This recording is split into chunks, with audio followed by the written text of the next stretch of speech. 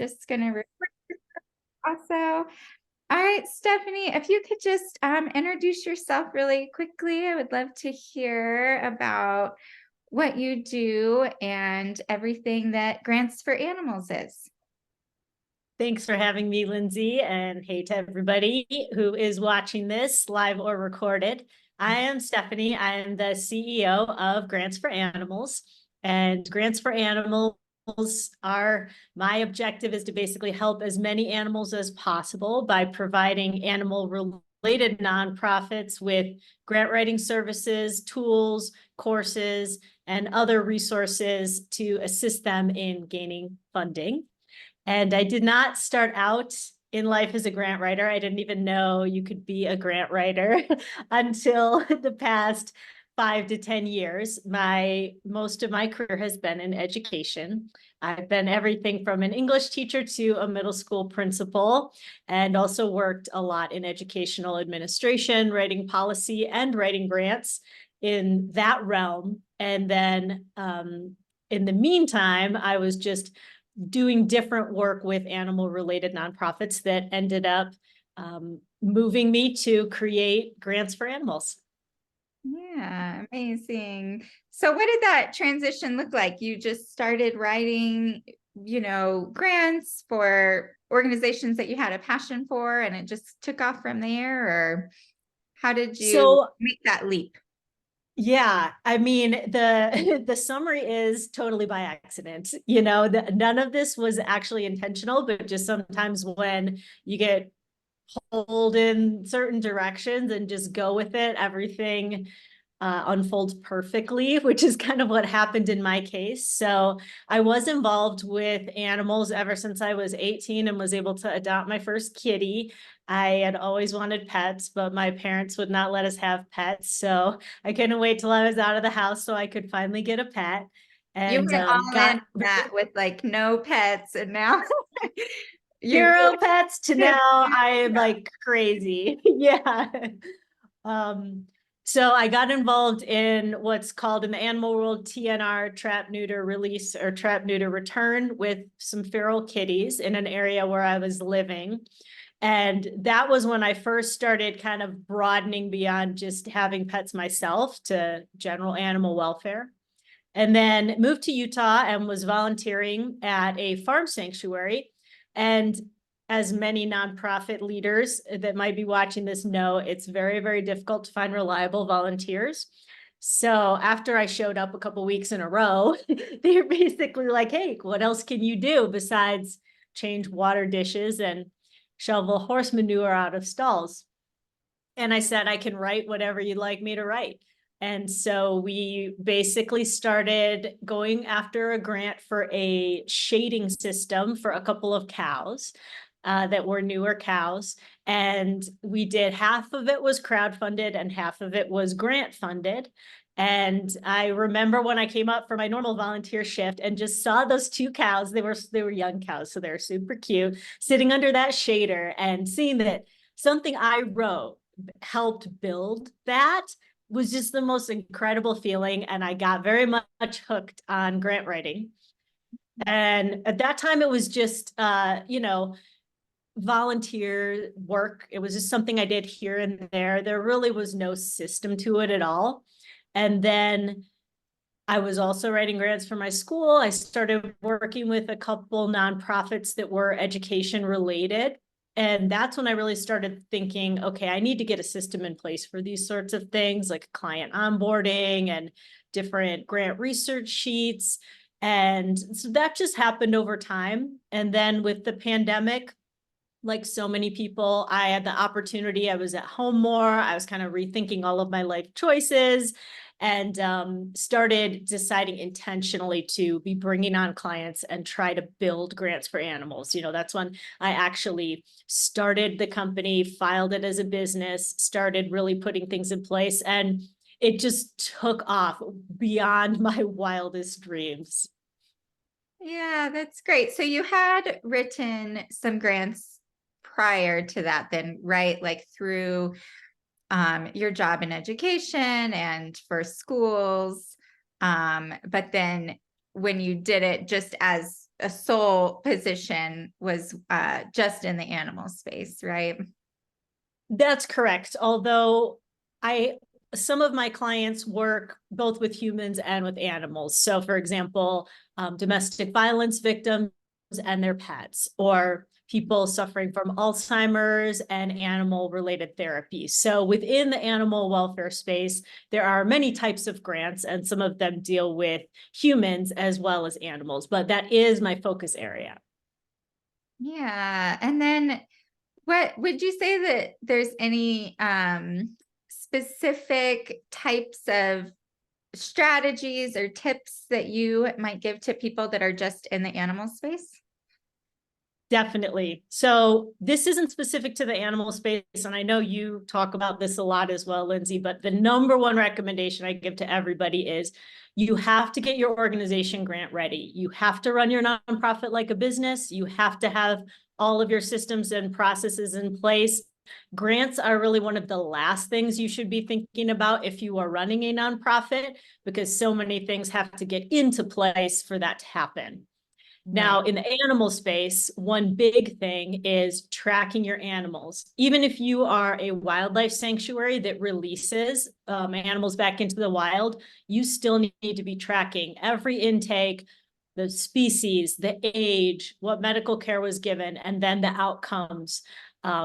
If you are a big shelter working with companion animals, there are great softwares out there to help you with that. But if you're more unique, for example, if you're a farm sanctuary where rescued farm animals come to live out their lives, or if you deal with wild horses or anything like that, you're going to be very unique. There's not a great software, so you do have to get a system in place to be tracking that.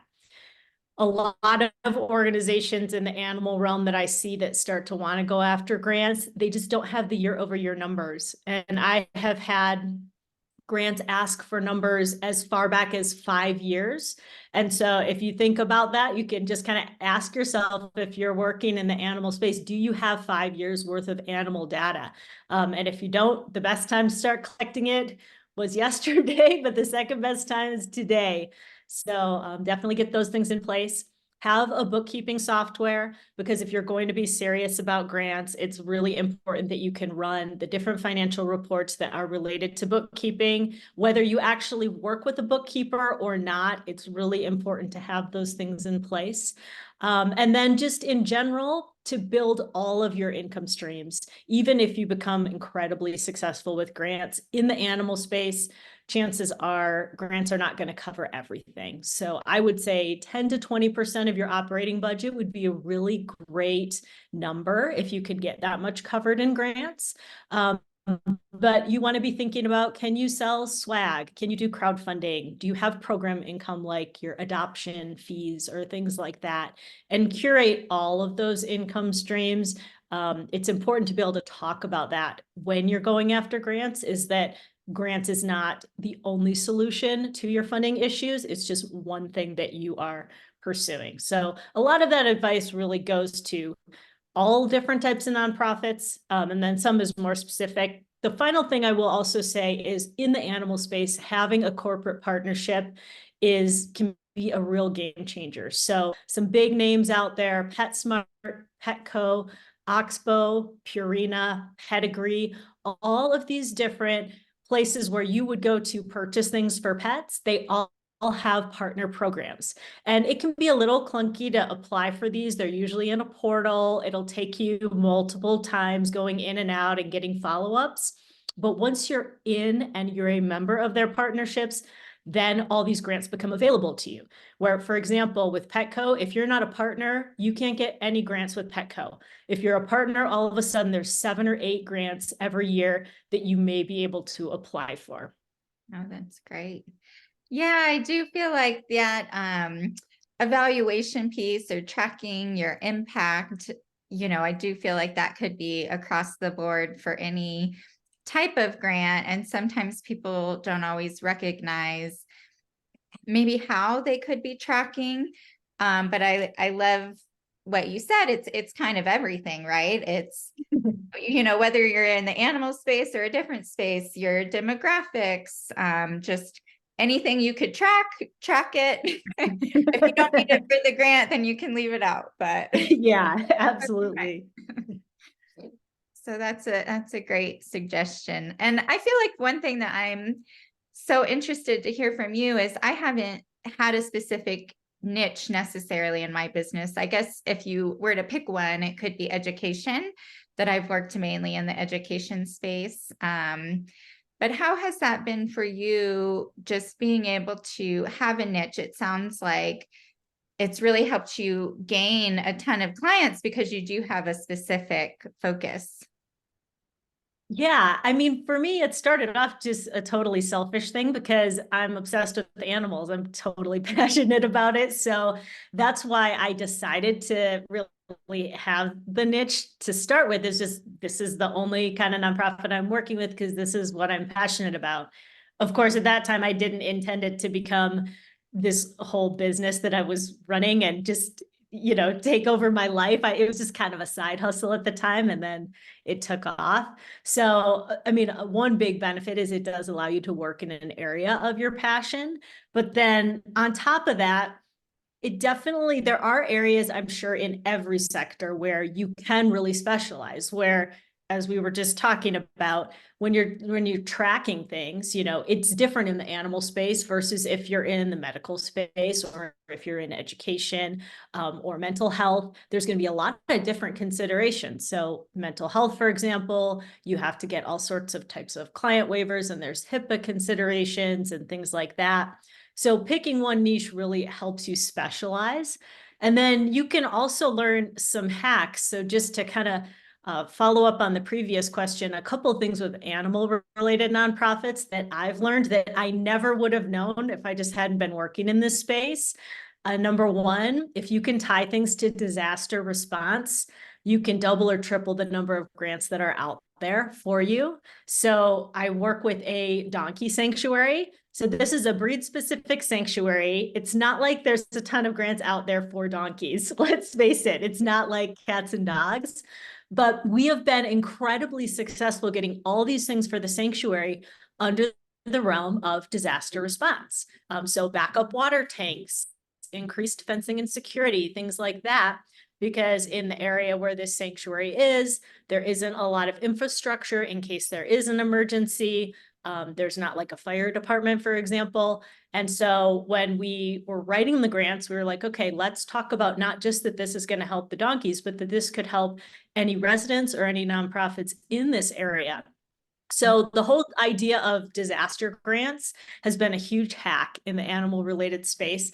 And that's just one example of things you kind of realize as you're going through. If you do specialize, you can just learn what is working and what's not working in different sectors. And especially with animal related grants, I saw a graph on LinkedIn, a pie chart that was saying only 5% of grants, of all the grants given out last year, were in the animal and environment space. Well, that's a really small piece, but if you can tie it with disaster, or if you can bring it into humans, like with the examples I gave of Alzheimer's or domestic violence victims and their pets, then all of a sudden you're opening it way beyond that 3 to 5%. So just kind of being able to see what works and really specialize, I think, is a huge advantage for the clients that I work with, and also just for me to be able to communicate with all the nonprofits that I try to help about these different things I'm learning along the way. Yeah, those are some really great tips. Especially like you said, tying it into other things. I'm sure that's something that you being in this area for a few years now, you can kind of know how to get more funding available to you. So that's great. Well, and then I loved what you said too about just encouraging organizations to have additional income streams, because I think that's something as a grant writer I run up into a lot is, organizations think that a grant is going to solve all of their problems. But it's really only one piece of the puzzle. And so as you mentioned, selling something, that might be something that is a little bit unique to the animal space as well, where organizations could potentially sell swag or something like that. What have you seen? Yeah, that do? animal sponsorships is kind of unique to the animal space. You know, people can like sponsor memberships, and there's a variety of different income streams that they can think about. Yeah.